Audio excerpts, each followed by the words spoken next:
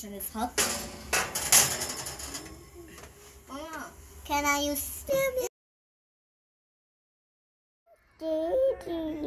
You.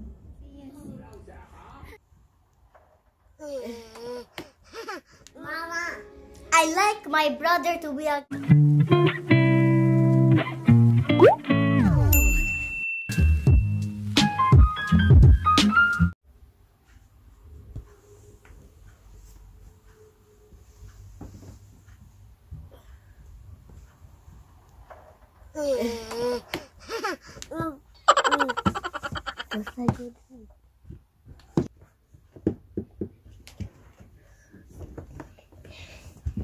Dahil nag-request ang mga anak ko, nagagawa kami ng cake. Ayan, wala akong ibang ingredients kasi gabi na. Nag-request lang mag-cake daw. So, ang meron lang ako lemon. So, gagawa ko ng lemon cake. Ayan. So, simple lang siya guys. Kaya, ito yung ginagawa ko. Magbe-bake ng cake. At yung mga ingredients, simple lang, lemon, sugar, fresh milk, flour, yung mga ganun lang, baking powder, vanilla, simpleng-simple lang, pero masarap naman ang outcome. Ayan, hindi ako expert talaga sa mga baking. Ngayon, akin din, natutunan ko lang din sa pag-watch ng YouTube, ayan, at turo ng nanay ng asawa ko. Ayan. So, natututo akong magluto kasi syempre nasa bahay lang ako. Ayan. So, simple lang talaga siya. Nilagyan ko rin siya ng skin ng lemon para may lasang lemon. At saka yung syrup ng lemon. Ayan. So, simple lang talaga kasi hindi ako nakabili ng ingredients kung chocolate cake or whatsoever.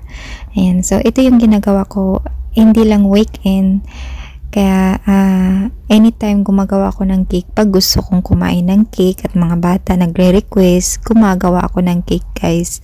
Ayan, so pag nanay ka talaga, mabilisan yung kilos mo kasi yung time mo, ang dami kasing gawain sa bahay. Pag nanay ka, maraming gawain talaga, hugasin, pag-aalaga ng mga bata, kaya I'm so proud to all mom over the world kasi hindi nababayaran yung pagod. Syempre, yung 24 hours kang kumikilos, ayan, kahit tulog ka, ayan, kailangan mo talaga, lalo na pag may baby ka, naku, wala ka talagang pahinga.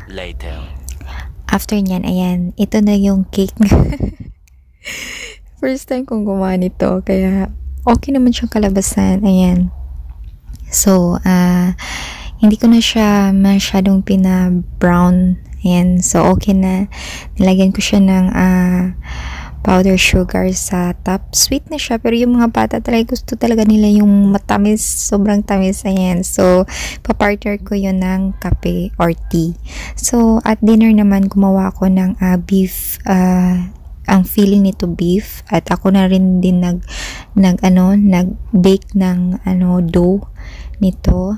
Ayan, so simple lang din siya, and ginigrace ko siya ng egg on the top at nilagyan ko rin siya ng sesame on the top, white and black sesame. Ayan, so pang design ba. So ito yung dinner namin guys, tapos partner ng shorba soup. Ayan, so simple lang yung dinner namin, request ng mga bata. Ayan, so dalawang pan to guys. Inuna ko muna to kasi wala na akong time, kaya yung anak ko umiiyak na kailangan na magpakarga. So kasi kailangan i-bake kasi yung yung remaining, kaya inuna ko muna to para makatulog na sila kasi may curfew. And ito yung pangalawa. So, basic talaga pag nanay guys, pag weekend, busy, kasi lalo na pag school days, kasi may curfew ko sa anak ko, kailangan matulog sila talaga ng maaga, kahit yung dalawa kong anak na walang school, kasi baby pa nga, maaga din silang matutulog, kasi kung hindi sila maaga matulog, may istorbo yung ate nila. And ayan, luto na siya. Ayan, masarap siya.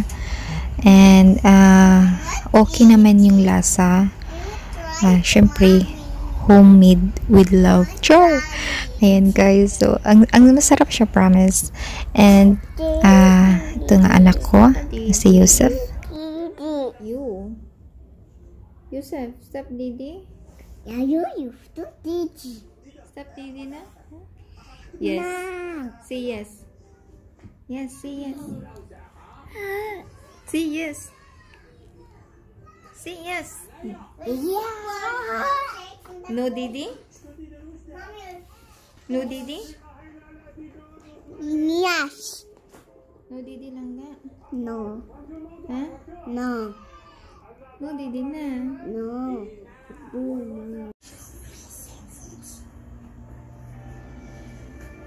Why you become boy and a girl now?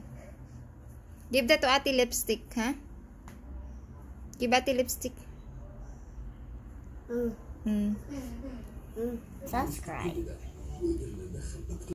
I love my mommy. I love my mommy. Yes, I do.